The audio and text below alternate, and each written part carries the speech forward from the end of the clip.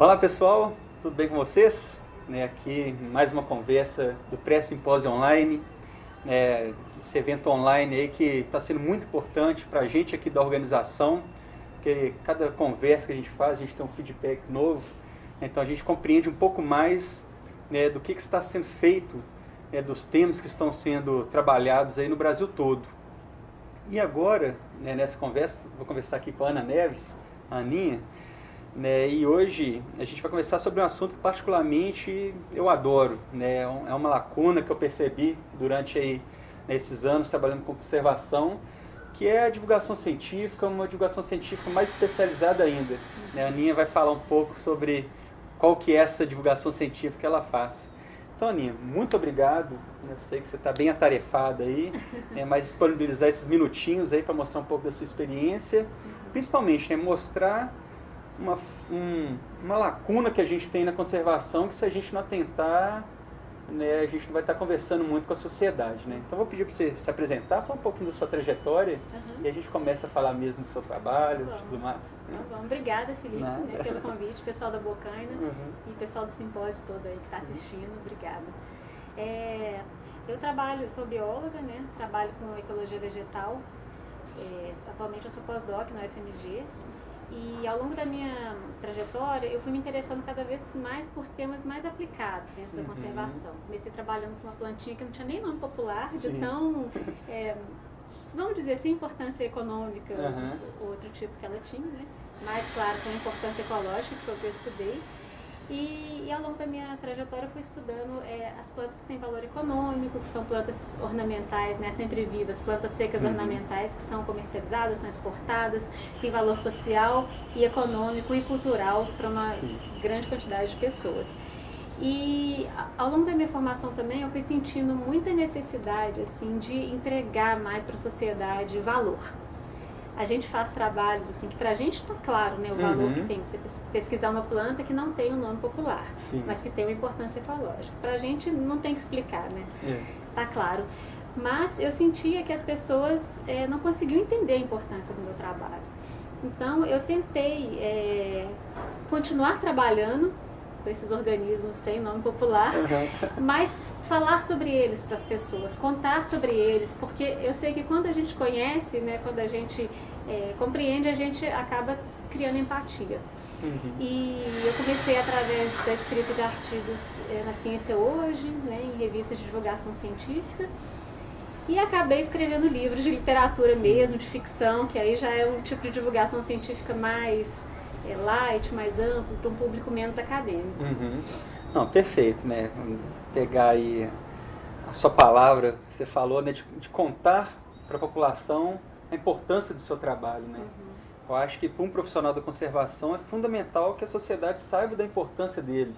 Não só do biólogo, mas qualquer profissional que esteja envolvido com conservação, quanto mais a população tiver sabendo da importância daquela profissão ou daquela atuação, melhor até na hora das cobranças de políticas públicas, tudo mais.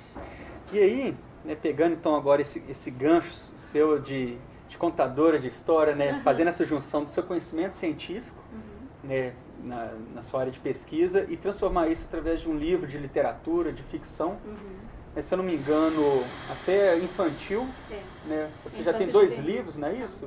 2. Conta um pouco pra gente então, primeiro, sobre os livros, essa ideia de escrever para um público infantil, juntando a ciência ou o que você vê no seu dia a dia ali da conservação como ficção, como literatura. E depois eu queria saber se isso foi algo que você nasceu para isso ou se você viu uma lacuna e se especializou, um pouco disso. Certo. A minha literatura, tudo que eu escrevi, na verdade, divulgação científica, tanto os artigos de divulgação, quanto blogs, quanto os livros, eles foram escritos paralelamente com a minha carreira de cientista. Então, a minha inspiração são as minhas viagens de campo. No meu mestrado eu fiz no Pantanal, então eu escrevi um livro que se passa no Pantanal. Meu doutorado foi nos campos rupestres, então é um livro que se passa nos campos rupestres. A minha inspiração são as viagens de campo. As pessoas costumam perguntar muito qual que é o seu processo de criação? Meu processo de criação é fazer ciência, porque quando eu vou estudar lá, por exemplo, os polinizadores que vão numa determinada planta, eu fico uma semana sentada imersa naquele ecossistema, observando, esperando a chegada do polinizador para visitar a planta, eu estou quase que tentando conversar com aquela planta. A gente não conversa numa linguagem oral, mas eu quero falar a língua dela, eu quero que ela se comunique comigo. Compreender, né, o que está acontecendo ali. Né? Eu quero compreender aquilo. Então, esse estar presente, essa tentativa de falar a língua das plantas e dos bichos, ela é o meu processo criativo. Então, tem tudo a ver com fazer científico. Chega demais. Né? E as oportunidades que a gente tem como cientistas de conhecer lugares que não são abertos à visitação, que é uma exclusividade a gente conhecer esses lugares. Organismos que são invisíveis para as pessoas que não estão com o olhar buscando aquilo, ou com um olhar preparado, científico, né, ou outro que fosse para encontrar aquilo. Pessoas que a gente tem a oportunidade de conversar, tanto acadêmicos, cientistas que conhecem muito sobre dentro desse universo científico, quanto pessoas que estão lá vivendo no campo. São os moradores, né, que você está indo lá sempre. Os mateiros, né? os moradores, que tem também um conhecimento empírico lá, que é muito precioso também. Senhora. A gente tem muita oportunidade e a gente tem o que contar. Quando a gente se dedica à divulgação científica, nós não vamos ser o escritor que não tem história para contar. A gente tem conteúdo, a gente tem o que falar. Exatamente, né? Acho que ter o que falar não falta, né? E aí vem uma coisa muito interessante, que até uma lacuna também que a gente percebeu durante o pré-simpósio todo, e o que a gente já havia percebido, é esse saber falar o que você faz, né? Porque nem sempre, quando a gente fala de divulgação científica, não é simplesmente também você fazer um videozinho, jogar no YouTube e achar que ali você está publicizando alguma coisa, talvez com linguajar menos rebuscado, menos técnico, mas que existem técnicas ali também, né? E quando você fez lá o seu primeiro livro, 2010, 2011? Eu publiquei em 2011. Né, o Pantanautilus. Né? E recentemente, o Espia da Montanha. Que foi 2016. 2016. Como é que é para você, que já está acostumado naquele linguajar científico, de artigo e tal, eliminar, vamos dizer assim, todo esse linguajar e se deixar mesmo levar pela escritora e pensar, não, é para um público infantil, eu tenho que escrever dessa forma, eu tenho que cativar esse público contando a história com esse formato. Como é que foi mudar esse linguajar e se dedicar ali livremente, né, fora dos parâmetros científicos? Nossa, isso surgiu assim de eu tinha vontade de contar mais do que cabe no texto técnico-científico. Por exemplo, no meu mestrado, que eu estava no Pantanal, eu tinha que entregar uma tese, uma dissertação, que era um texto muito enxuto, muito técnico-objetivo. Mas eu vi onça.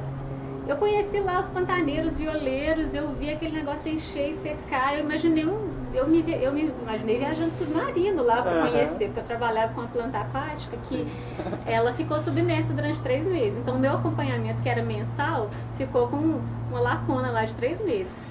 Eu sonhava que eu estava lá embaixo mergulhando e vendo o que estava acontecendo com aquelas plantas, né? Então, são coisas que não cabem. Se eu tentasse colocar essa linguagem dentro da dissertação, ia ficar inadequada.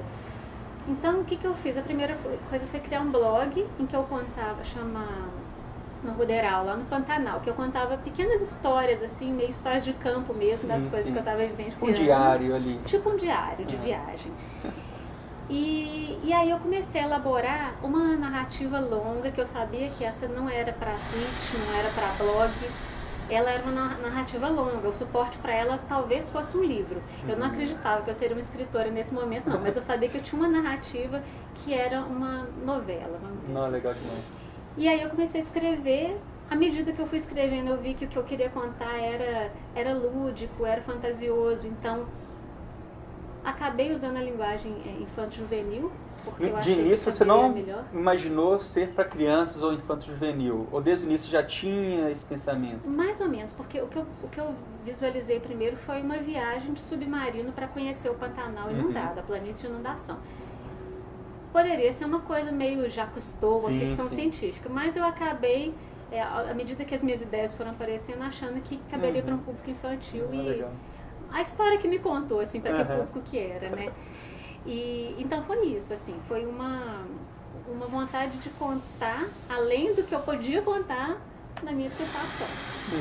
E o livro mais recente, que é o Espia da Montanha, é mais ou menos a mesma história sua, só que nas montanhas. Nas montanhas. Esse mesmo sentimento de contar o além do artigo científico ali. E o público continua sendo também infanto-juvenil? Como é que Continuou. Isso foi indicação da editora, eu não sabia, mas ele foi indicado para cerca de 12 anos, assim, e foi... Mas aí o segundo livro a gente já tem uma pretensão maior, que aí você já sabe, opa, eu já escrevi um livro, será que eu vou ser escritora mesmo, vou ser escritora de um livro? Então eu já tinha mais... eu já tinha um objetivo mais claro, assim, de que eu ia escrever um livro de que era para esse público. E, beleza, foi lá, escreveu os livros, como é que fica? Porque o artigo, provavelmente você vai saber quantas citações você teve ali, você tem uma repercussão. Como é que é essa repercussão sendo escritora ali? Como é que é o seu feedback ali, né, dos seus livros? Você acompanha, você tem convênios com escolas, o pessoal utiliza? Como é que é essa tratativa ali com a obra? Os meus livros acabaram sendo muito adotados por escolas, porque eles têm essa pegada mais científica, né, que fala dos biomas brasileiros, ela acaba que é um tema que é tratado no currículo do ensino fundamental, né, em Geografia e Ciências. Então as escolas adotaram muito meu livro. Eu tenho conversado com os leitores nas escolas, com as crianças. Eu tenho também tido um retorno, né, da repercussão através das premiações, principalmente o Espia das Montanhas ganhou 2 prêmios nacionais importantes. E pelo número de vendas, assim, né? Que já vendeu mais, o Pantanal Justo, que está mais tempo no mercado, já vendeu mais de 10 mil chique demais. exemplares. Então, assim, o que eu gosto de pensar é o alcance que isso tem. Significa que pelo menos 10 mil pessoas conheceram as minhas ideias. E essa era uma frustração grande que eu tinha também com a produção científica, de artigos científicos, do número de pessoas que leem. Outro dia eu vi uma estatística dizendo que, eu não vou saber citar aqui exatamente os números, mas assim, cerca de 80% dos artigos não são citados, dos que são citados em média por 4 outros autores. Então, é um texto que circula curta muito rede no meio ali, acadêmico. Que circula a informação com o artigo acadêmico em si, né? Circula entre um público que é muito especializado. Legal demais, A divulgação não, né? A divulgação já alcança. A gente estava falando dos promotores, né? dos tomadores de decisão, exatamente, dos né? A gente está falando aqui, né?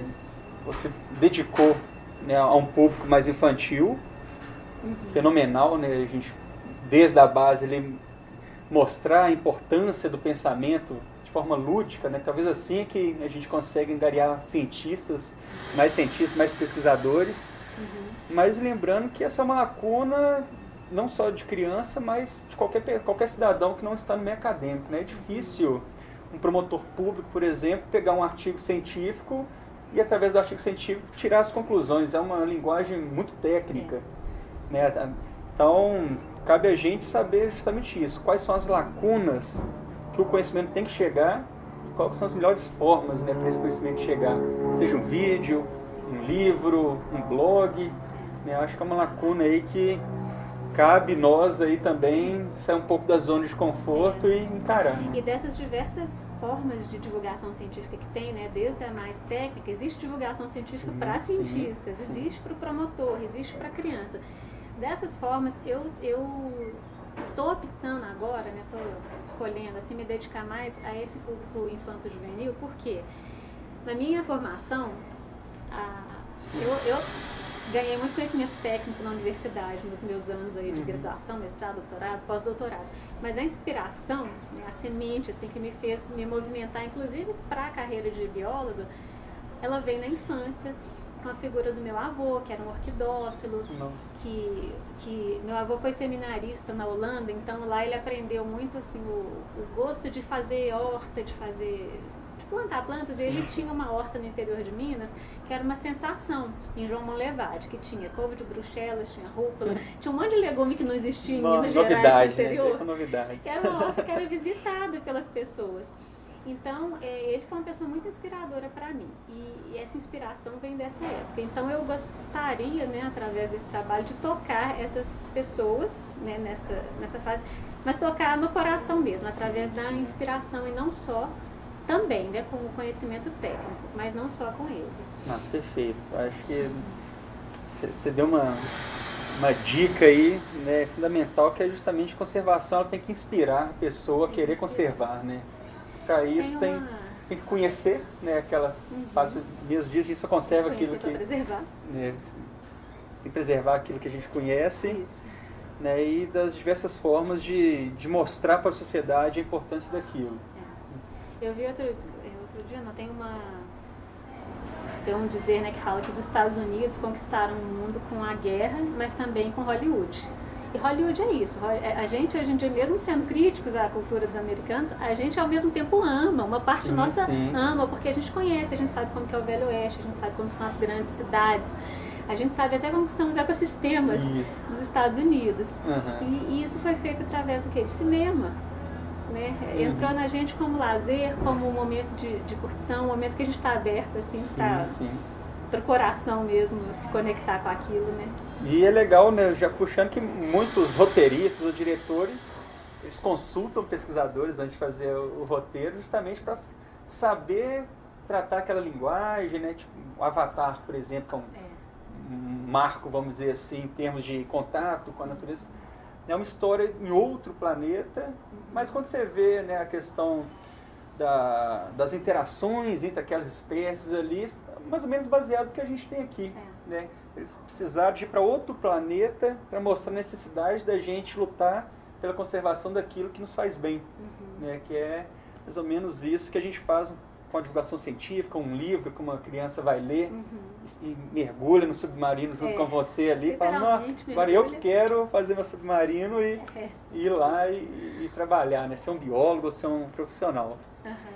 Noni, e você falou, né, a questão de venda do livro, onde que o pessoal consegue, né? Quem ficou curioso, tanto com o Pantanal quanto o Espia da Montanha, é online? Como é que adquire um exemplar aí de cabeceira? Então, os dois livros, tanto o Pantanautilus quanto o Espia das Montanhas, saíram pela editora FTD. E eles, é mais fácil encontrar eles em livrarias virtuais. Nas livrarias físicas pode encontrar também, mas eu acho que é mais fácil para todo mundo, inclusive, né, do Brasil inteiro, procurar essas livrarias virtuais, né, grandes, que lá tem. Não, perfeito, né? Qualquer coisa na descrição do vídeo aqui a gente colocou o link, né, para você já acessar e já garantir o seu exemplar aí, que com certeza vai inspirar muita gente na conservação. E aí, Aninha, já para a gente encerrando aqui, agora pegando o seu lado de escritora também, mas o seu lado pesquisadora da conservação, a gente está num momento que a gente não sabe quais são os rumos aí da conservação, né, políticas públicas, está muito confuso essa questão, muita insegurança. Para você, o que falta, né, para os profissionais da conservação ou para a ciência da conservação, né, ser mais efetiva, atingir um público maior, né? Na sua visão, o que está faltando? Seja dos profissionais em si, uma atitude dos profissionais, ou repensar como é que a gente faz essa ciência?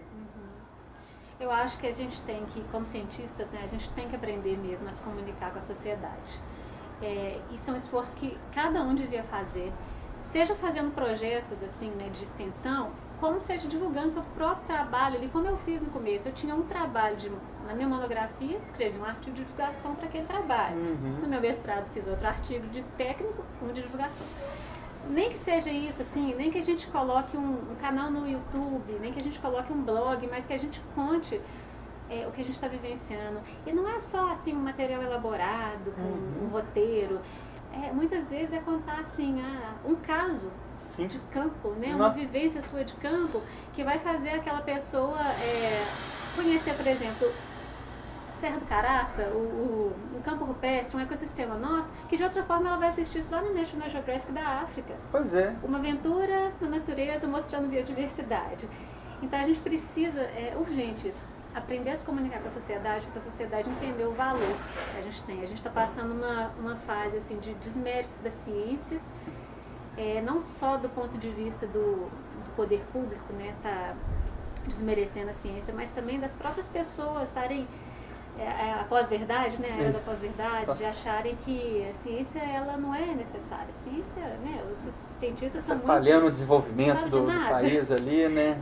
Então a gente precisa mostrar que não, que isso é importante, isso é relevante e que conversa com outras ciências também, né? Exatamente, eu acho que falou tudo, né? Eu concordo aí 1.000.000%. Tá na hora mesmo de preencher essa lacuna que é conversar com a sociedade. Eu acho que com essa sua dica aí, né, seu conselho, a gente pode até encerrar, porque acho que é uma mensagem que tem que ficar. Comunicar, né, fazer inspirar, né, a sociedade aí pela conservação. Acho que são coisas aí que nesse nosso bate-papo aí trouxeram à tona aí uma urgência, né, dos profissionais de conservação. E só para ilustrar isso, né, é interessante a gente pensar, por exemplo, o Guimarães Rosa. Ele escreveu O Grande Sertão Veredas e outros livros sobre o sertão. O sertão era literalmente sinônimo de terra de ninguém, de terra morta, terra acabada. Deserto ali, qualquer, né? E quando ele conta, um deserto, né? Quando ele conta sobre os personagens daquele lugar, sobre a natureza daquele lugar, sobre aventuras naquele lugar... Costumes, né? As pessoas começam a se interessar por aquilo e olha que ele nem era um cientista. Assim, talvez a gente possa dizer que ele era um naturalista pelo olhar que ele tinha, né? Mas não um cientista no sentido assim, não era um biólogo. E ele consegue fazer as pessoas terem um olhar para aquilo que vai culminar com a criação de um parque nacional depois. Então, a mensagem eu acho que é essa, assim. Tem que conhecer, tem que divulgar para que as pessoas conheçam, tenham empatia e queiram preservar. Principalmente para quem é pesquisador, né, ter essa noção que não só os dados, por mais fiéis que eles sejam ali, por mais que o P seja menor que o 0,05, vão ser suficientes para se tornar efetivo uma conservação, né? Acho que passa por muito disso. Saber contar, então, aquela história por trás daquele pezinho. Exatamente. Aninha, tenho muito que agradecer mesmo, né? Agradeço. Em nome da organização. Tenho certeza que são palavras aí que vão levar aí pelo mundo todo, pelo Brasil afora, né? Uma esperança para quem está escutando, de ver que não estão sozinhos, né? Tem muita gente que gosta de divulgação e às vezes são até, né, criando barreiras para elas. Não, continua aí no método científico mesmo, como se a divulgação científica também não fosse uma ciência, né? Então tenho certeza que essa nossa conversa aí vai confortar muita gente aí que gosta de divulgação científica. E cabe a nós agora esperar pelo próximo livro aí e ver o que vem. Parabéns aí pelas premiações, pelos 2 livros e sucesso na carreira. Obrigada. Muito obrigado, viu? E é isso aí, gente. Até um próximo vídeo e nos encontramos lá em dezembro, né, Aninha? E lembrando que a Aninha vai dar um mini curso lá no simpósio, hein? Isso. Fica de olho. Abração, pessoal.